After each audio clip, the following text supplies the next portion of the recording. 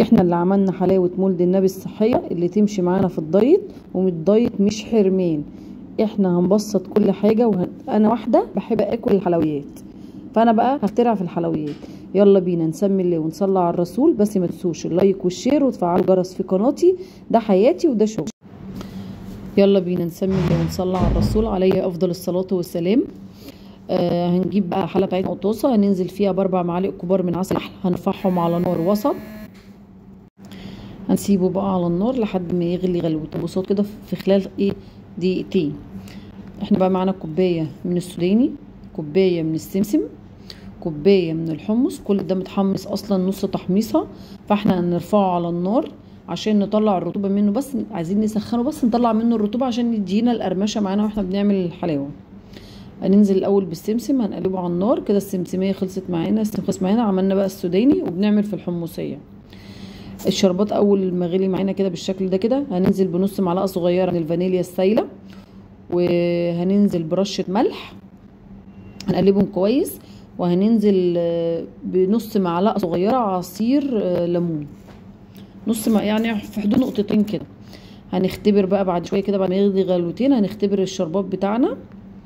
الحمصيه كمان خلصت معانا اهي بالشكل ده كده. هنختبر بقى ايه الشربات بتاعنا بالشكل ده كده. هو لسه عامه، بس ايه احنا بنختبر كل شويه عشان نشوف.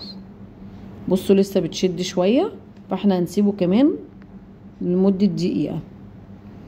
بعد ما عدى عليه دقيقه بالشكل ده كده اهو، هننزل اختبرناه وطلع كويسه، هننزل عليه برشه بسيطه من كربونات الصوديوم، طرف معلقه صغنططه خالص، ما شاء الله اللهم بارك بالشكل ده كده اهو.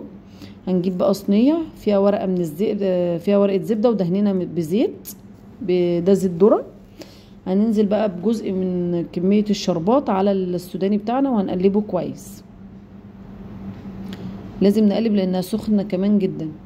هنا بقى هنقطعه، ما نسيبهاش تبرد، هنقطع على طول. بصوا واخده يعني، بصوا بضغط جامد لانها بتقفش بسرعه. هننزل بقى بالسمسميه برضو، هننزل عليها بجزء من الشربات، وهنعمل بقى بايدينا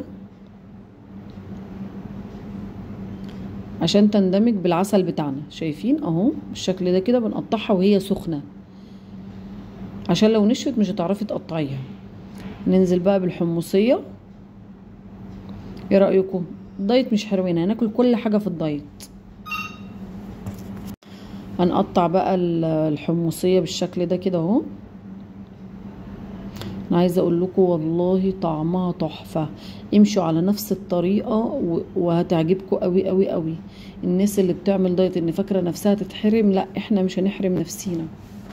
بصوا شايفين بعد ما سبناها 3 ساعات، بصوا شايفين، بصوا ولسه لما تقعد اكتر هتقرمش اكتر. شايفين نعمل ازاي؟